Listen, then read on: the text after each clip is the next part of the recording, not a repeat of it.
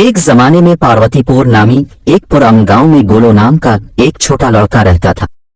गोलो अपनी बेपनाह तवानाई और तजस्सुस के लिए जाना जाता था।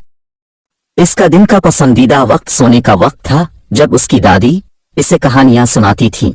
एक शाम जब उनके गांव को घेरे हुए शानदार पहाड़ों के पीछे सूरज गुरूब हुआ, गोलो बेताबी से अपने बिस्तर पर चढ़ गया।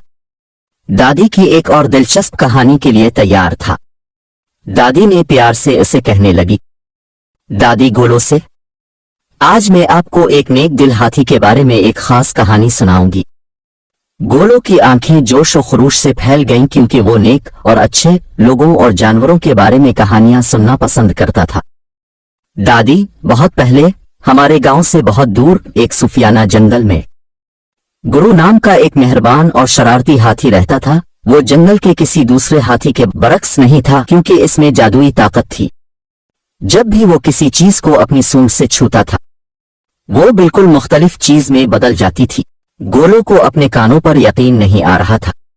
गोलो दादी से, इसके पास कौन सी जादुई ताकत थी? उसने तजस्सुस से पूछा। दादी गोलो से, हाथी आम चीजों को गैर मामूली चीजों में तब्दील कर सकता था।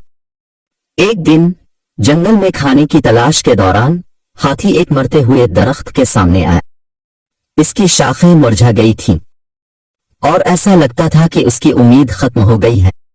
गोलो करीब झुका, ये जानने के लिए कि आगे क्या हुआ। दादी ने कहा, हाथी ने अपने जादुई तने के साथ दरख्त को आहिस्ता से छुआ। सबके हैरान होने पर दरख्त में जान आ गई। इसकी शाखें खूबसूरत फूलों से लदी हुई थीं और उसके पत्ते मुतहर्रिक रंगों से जगमगा रहे थे। जंगल मीठी खुशबू से भरा हुआ था। गोलो की आंखें हैरत से चमक उठी। दादी, हाथी ने इस जादुई ताकत से क्या किया? दादी गोलो से, हाथी एक अक्लमंद और मेहरबान हाथी था। उसने अपनी जादुई ताकत का इस्तेमाल करते हुए हर इस शख्स को खुशी और मसरत फराहम की जो मुश्किलात से दो चार था। जैसे ही दादी ने कहानी को जारी रखा, गोलो एक जादुई ख्वाबों की दुनिया में चला गया, जहां वो हाथी की मुहिम जोई और अपने जादुई तने से की गई नाकाबिल यकीन तब्दीलियों को देख सकता था। गोलो ने हाथी की मेहरबानी और सखावत से मुतासिर महसूस किया। दादी गोलो से, कहानी का अखलाक यह है कि हम सब में मुनफरिद सलाहियतें और काबिलियतें हैं। बिल्कुल हाथी की तरह हम उन्हें दुनिया को एक बेहतर जगह बना सकते हैं।